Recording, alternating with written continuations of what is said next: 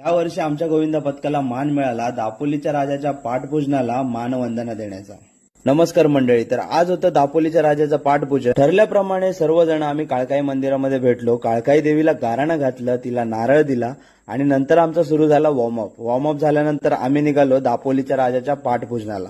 सर्वजण तिथे पोहोचल्यानंतर असे काही आम्ही एंट्री घेतली आणि त्यानंतर सुरुवात झाली फळी नाचवायला। फळी नाचवायला तर खूप मजा येत होती, खूप जल्लोष केला, खूप धमाल मस्ती केली। फळी नाचवून झाली आणि त्यानंतर आम्ही रचले आमचे 5 थर रचून आम्ही मानवंदना दिली दापोलीच्या राजाला। दापोलीच्या राजाचा आशीर्वादच जणू काही आमच्या पाठीशी होता।